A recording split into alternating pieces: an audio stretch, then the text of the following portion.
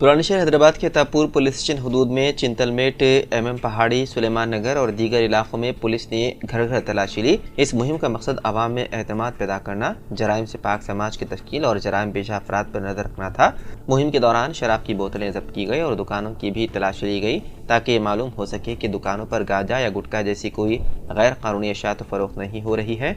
ये मुहिम गुज़िश्ता रात तकरीबन 7 बजे से 9 बजे तक जारी रही, जिसमें 100 से ज़ायद पुलिस एहलकारों पर मुश्तमिल 6 टीमों ने हिस्सा लिया। इस दौरान पुलिस ने 16 रोडी शीटर्स के मकानात की भी तलाशी ली और आवाम से दरख्वास्त की कि वो गैर समाजी सरगर्मियों की इत्तला दें। पुलिस ने मुश्तबा दस्तावेजात के बगैर 26 गाड़ियों को भी जब्त किया, जिनमें बगैर नंबर प्लेट वाली 8 गाड़ियाँ और जुज़वी नंबर प्लेट वाली 11 गाड़ियाँ शामिल हैं।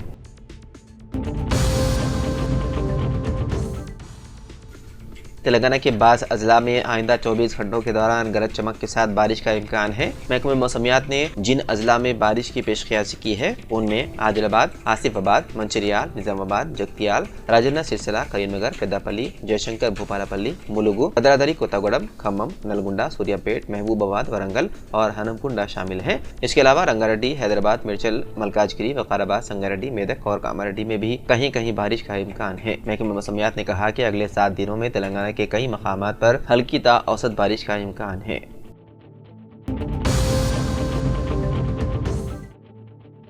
शहर हैदराबाद के इलाके अंबरपेट में एक 14 साल लड़का दिवाली त्यौहार की लाइटिंग के दौरान हाई टेंशन तार की जद में आने से शदीद तौर पर झुलस गया।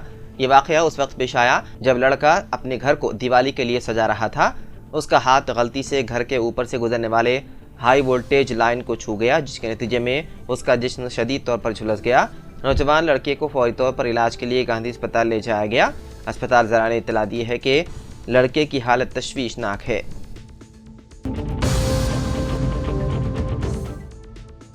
नोएडा में एक ज़ेर तामीर बैंकेट हॉल में आग लगने का वाक़या पेश आया, जिसमें एक इलेक्ट्रिशियन की मौत हो गई। यह हादसा उस वक्त पेश आया जब इमारत में बरक़ी काम जारी था। यानी शाहिदीन के मुताबिक आग शॉर्ट सर्किट के बाइस लगी और देखते ही देखते पूरे हॉल में फैल गई।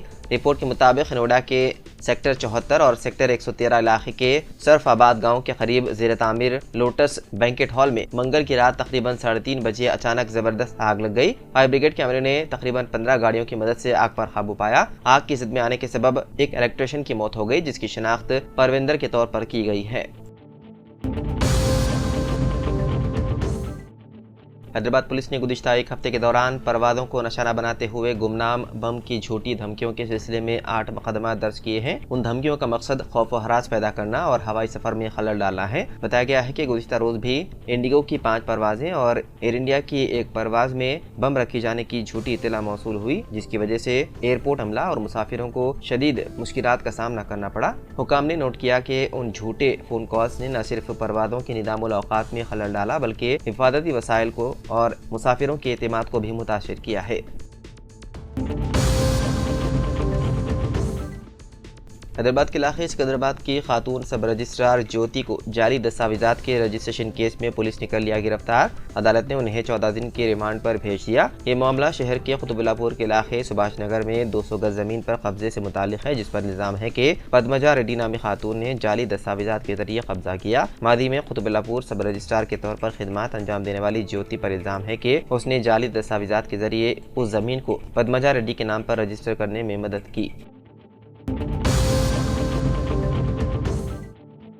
तेलुगुदेशम पार्टी की रुकनीत साजी मुहिम जारी है। पार्टी के अरकान असम्बली और सीनियर कायदीन तेलंगाना और आंध्र प्रदेश में पार्टी की रुकनीत साजी मुहिम में हिस्सा ले रहे हैं। तेलंगाना में तेलुगुदेशम की अहिया की मसाई करने वाले चंद्रबाबू नायडू के लिए एक अच्छी खबर ये है कि फिल्म स्टार और साबिक वजीर बाबू मोहन ने पार्टी की रुकनीत हासिल कर ली। तेलंगाना इंदौल असम्बली हल्के से ताल्लुक रखने वाले बाबू मोहन ने पार्टी की रुकनीत हासिल करते हुए सोशल मीडिया में रुकनीत कार्ड की तस्वीर जारी की।